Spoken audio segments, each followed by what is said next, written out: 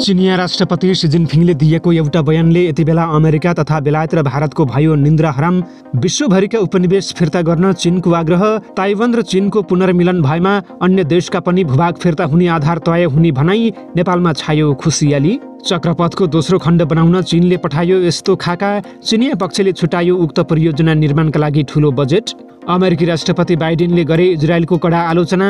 गाजामा युद्ध विराम नगरेर भयङ्कर गल्ती गरिरहेको दिए चेतावनी। चिनिया राष्ट्रपति शीलाई भेट्न ताइवानका वरिष्ठ नेता मा चीन आइपुगे। चीन र ताइवानको पुनर्मिलनबारे भयो गम्भीर छलफल।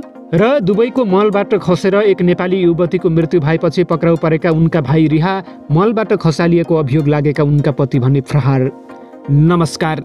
ग्रेटर नेपाल टिभीले तयार पारेको राष्ट्रिय तथा अन्तर्राष्ट्रिय समाचारहरूको सङ्गालो ग्रेटर न्युजबाट विवश बुढाथोकीको यहाँलाई हार्दिक स्वागत छ।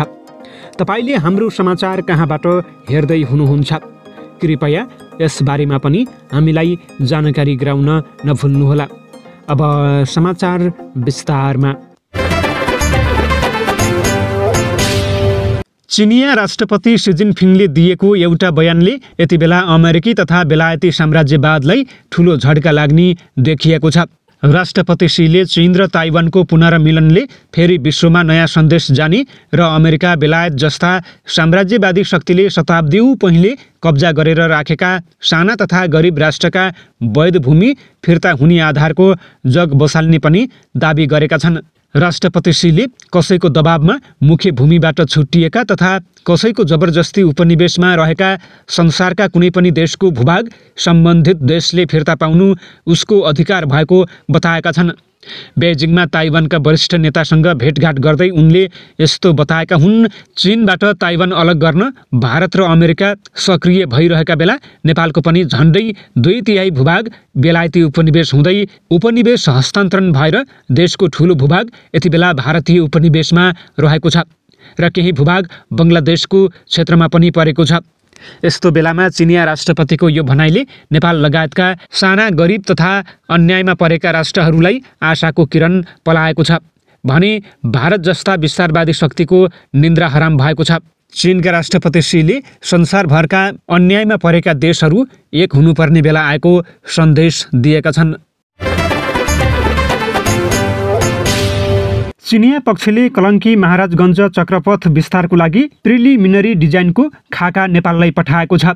नेपाल सरकारले साइट क्लियरेन्स गर्न थालेको 5 वर्ष पुगिसक्दा बल्ल डिजाइनको खाका आदान प्रदान भएको हो। चिनिया अनुदानमा बन्ने आयोजनामा लामो समय साइट क्लियरेन्स नभएको भन्दै सुरु नै हुन सकेको थिएन। अहिले चीनले चक्रपथ विस्तारको लागि बजेट छुट्याइसकेको बताएको छ। चीनले चक्रपथ विस्तारको लागि बजेट छुट्याइसकेको सुनेका छौँ। चक्रपथ विस्तार सुधार आयोजनाका प्रमुख कृष्णनाथ ओझाले बताएका छन्। चीनबाट आयोजनालाई गति दिने पत्र पनि आएको छ जसमा प्रिलिमिनरी डिजाइनको विषय रहेको छ। उनका अनुसार सडकको कुन ठाउँमा पुल कलभट हुने विषयमा जानकारी सहितको पत्र पठाइएको छ। चिनिया पक्षले विस्तृत परियोजना प्रतिवेदन भने अझै तयार गरेको छैन।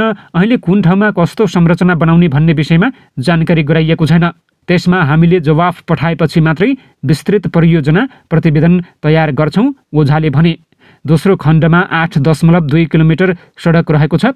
सम्झौता सन् 2018मा भए पनि कोभिड लगायतका कारणले चीनले नै डिजाइन गर्नुपर्ने हुँदा टोली आउन नसकेकाले रोकिएको काम पनि पुरा हुन नसकेको कारण देखाउँदै आइएको छ। 8 लेनको सडकमा मुख्य लेन चीनको अनुदानमा चिनिया पक्षले नै बनाउने छ। साइड लेन र ढालको काम नेपालले गर्नुपर्छ जसको ठेक्का समेत लागिसकेर काम भइरहेको छ। 2079 फागुनमा चक्रपथको दोस्रो चरणको विस्तारमा ढिलाइ भएसँगै चिनिया राजदूत सहितको टोली निरीक्षणको लागि पुगेको थियो। तत्कालीन भौतिक पूर्वाधार तथा यातायात मन्त्री नारायण काजी श्रेष्ठ, चिनिया राजदूत छन सोङ, काठमाडौँका मेयर बालेन्द्र शाह, विद्युत प्राधिकरणका कुलमान घिसिङ लगायतकाले सँगै निरीक्षण गरेका थिए। चिनिया पक्षले साइट क्लियरेन्स नभएको भन्दै काम सुरु गरेको थिएन। नेपालले रुख कटान, विद्युतका पोल सार्ने, ढलको व्यवस्थापनका काम सकिएको जनाएको छ तर स्वयम्भू लगायत ठाउँमा संरचना नहटाई सडक निर्माण गर्ने सहमति भएको छ। भौतिक पूर्वाधार तथा यातायात मन्त्रालयका वैदेशिक महाशाखा समन्वय महाशाखा प्रमुख भीमार्जन अधिकारीले चिनिया पक्ष रसुवागढी सडक चक्रपथ विस्तारमा सकारात्मक देखिएको बताएका छन्। चिनिया राजदूत सहितको टोली नै मन्त्रालयमा आएर छिट्टै काम अघि बढ्ने बताएका छन्। उत्तरी नाकाको महत्त्वपूर्ण मानिने रसुवागढी सडक सुधारको काम छिट्टै गर्ने पत्र आएको छ। हाल चिनिया नाकासम्म ठुला कन्टेनर गए पनि नेपालतर्फको सडक साँघुरो हुँदा ठुला ट्रकलाई अप्ठ्यारो हुँदै आएको छ। चक्रपथ र रसुवागढी दुवै सडक चिनिया अनुदानमै बन्न लागेका हुन्। गत फागुन 30 गते काठमाडौँ महानगरका मेयर बालेन्द्र शाहले चक्रपथ विस्तार ढिलाइ भएको भन्दै चिनिया सम्बन्धित पक्षमाथि प्रश्न उठाएका थिए। काठमाडौँका सडकलाई धुवाँ र धुलो मुक्त बनाउन सडक बढार्ने, टिपन टापन गर्ने, ब्रुमर लगाउने र पानीले पखाल्ने गरेको बताउँदै उनले सडकको सफाइमा अपेक्षित सफाइ प्राप्त गर्न नसकेको प्रमुख कारण चक्रपथ सुधार आयोजनाको वर्षौसम्म नसकिनु रहेको उल्लेख गरेका थिए। महानगरले चक्रपथका कारण ठाउँ ठाउँमा यो सडक महानगर मातहत पर्दैन भनी बोर्ड नै टाँसेको थियो। काठमाडौँ चक्रपथ सुधार आयोजनाले बोर्ड हटाइसकेपछि बोर्ड हराएको भन्दै पुलिस रिपोर्ट नै गरेको छ। चक्रपथको पहिलो खण्ड अन्तर्गत कोटेश्वरदेखि कलङ्कीसम्म विस्तारको काम विक्रम सम्वत 2071 देखि चीन सरकारले थालेको थियो। 2075 10 किलोमिटर कोटेश्वर कलङ्की खण्ड सरकारलाई हस्तान्तरण गरिएको थियो।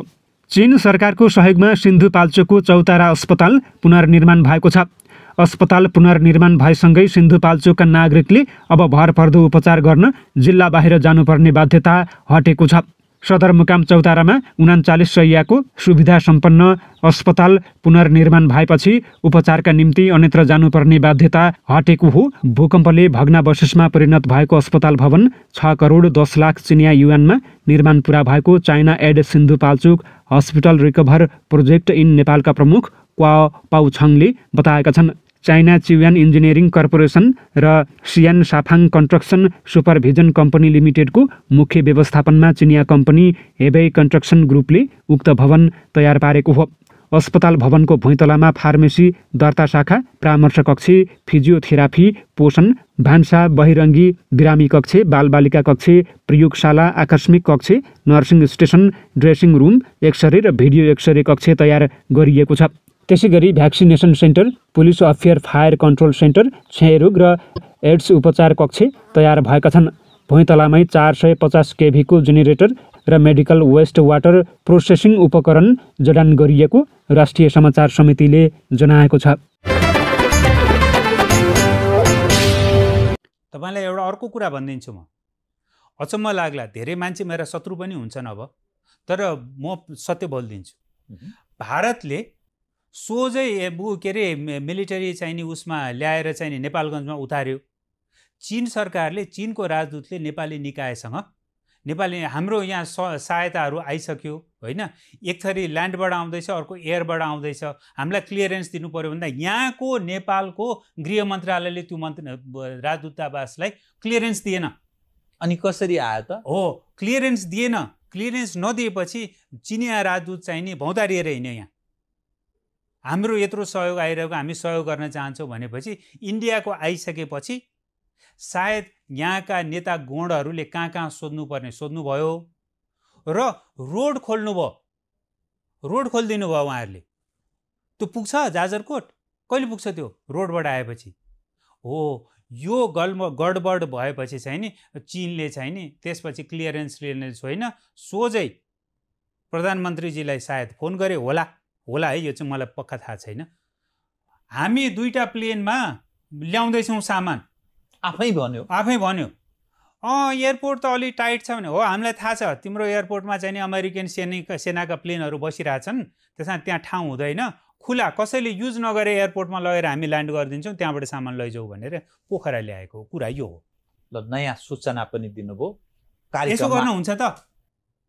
यसो गर्न त हुन्न नि, किनभने हाम्रो लागि चीन जति मित्र हो भारत पनि त्यति नै मित्र हो। चीनबाट कम हस्तक्षेप हुन्छ, भारतबाट बढी हुन्छ।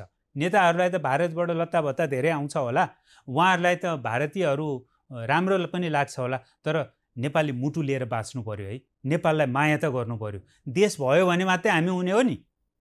हो, यो कुरा चाहिँ नेताहरूको दिमागमा घैँटोमा बत्ती बल्यो भने मैले अघि दिएको सुझाव जस्तो सबै पक्ष एक ठाउँमा आएर नेपालको राजनीतिक स्थायित्वको लागि एउटा निकास ल्याउनु पर्यो। चीनका राष्ट्रपति सी जिनपिङलाई बुधबार ताइवानका पूर्व राष्ट्रपति मा थिङ जेऊले भेट गरेका छन्। भेटका क्रममा सीले ताइवान र चीन दुवै पक्षको पारिवारिक पुनर्मिलन कसैले रोक्न नसक्ने बताएका छन्। यस्तै उनले दुवै पक्षबीच वार्ता गर्न नसकिने कुनै मुद्दा पनि नभएको टिप्पणी गरेका छन्।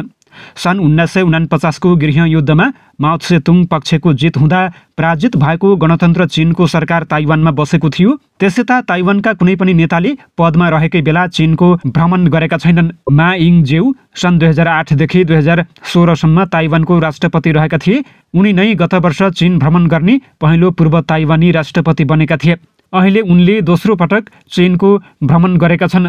वर्तमान ताइवान राष्ट्रपति साई इङ-वेनले चुनाव जित्नु अघि सन् 2015मा माले सिङ्गापुरमा सीलाई भेट गरेका थिए। बुधबार बेजिङको ग्रेट हल अफ द पिपुलमा भएको भेटवार्तामा सीले ताइवान स्टेटको दुवैतर्फका मानिस चिनिया नै भएको बताएका छन्। वार्ताका क्रममा राष्ट्रपति सीले भनेका छन्, देश र परिवारको पुनर्मिलनको ऐतिहासिक प्रवृत्तिलाई बाह्य हस्तक्षेपले रोक्न सक्दैन। मा ताइवानको मुख्य विपक्षी दल कुओमिन्ताङ KMTका सिनियर सदस्य हुन्। कुओमिन्ताङले चीनसँग निकट सम्बन्ध र संवादको वकालत गर्छ, तर बेजिङ समर्थक नभएको दाबी गर्छ। गत जनवरीमा भएको राष्ट्रपतिको चुनाव कुओमिन्ताङले लगातार तेस्रो पटक हारेको थियो। सत्तारूढ डेमोक्रेटिक प्रोग्रेसिभ पार्टी DPPले चुनाव जितेको थियो। संयुक्त अरब इमिरेट्स UAEमा अजमान स्थित चाइना मलको भवनबाट खसेर राधिका घिमिरेको ज्यान गएपछि प्रहरी नियन्त्रणमा रहेका सानेश्वर घिमिरे रिहा भएका छन्। पाँडेनी 5 मैदान अर्घाखाँचीका थानेश्वर घिमिरे राधिकाको भाइ पर्छन्। उनले फेसबुकमा पोस्ट गर्दै इन्भेस्टिगेसनपछि आफू सुरक्षित रहेको बताएका छन्। राधिकाको मृत्युको विषयमा उनलाई सोधपुछका लागि प्रहरीले नियन्त्रणमा लिएको थियो। 29 वर्षीय राधिका आइतबार बिहान UAE को अजमान चाइना मल नजिकै आफू बस्दै आएको बिल्डिङ बाहिर भुइँमा मृत अवस्थामा भेटिएकी थिइन्। घटनापछि डराएर भागेका थानेश्वर आइतबार दिउँसो आफै प्रहरी कार्यालयमा पुगेको बताएका छन्। उनलाई दिदीले काममा लगाइदिने भनेर भिजिट भिजा मार्फत UAE बोलाएका थिए। राधिकाको मृत्युपछि पति नेत्रप्रसाद फरार रहेका छन्। उनले पत्नी राधिकालाई बोतलले टाउकोमा हानेर भवनबाट तल खसाएको आरोप रहेको छ।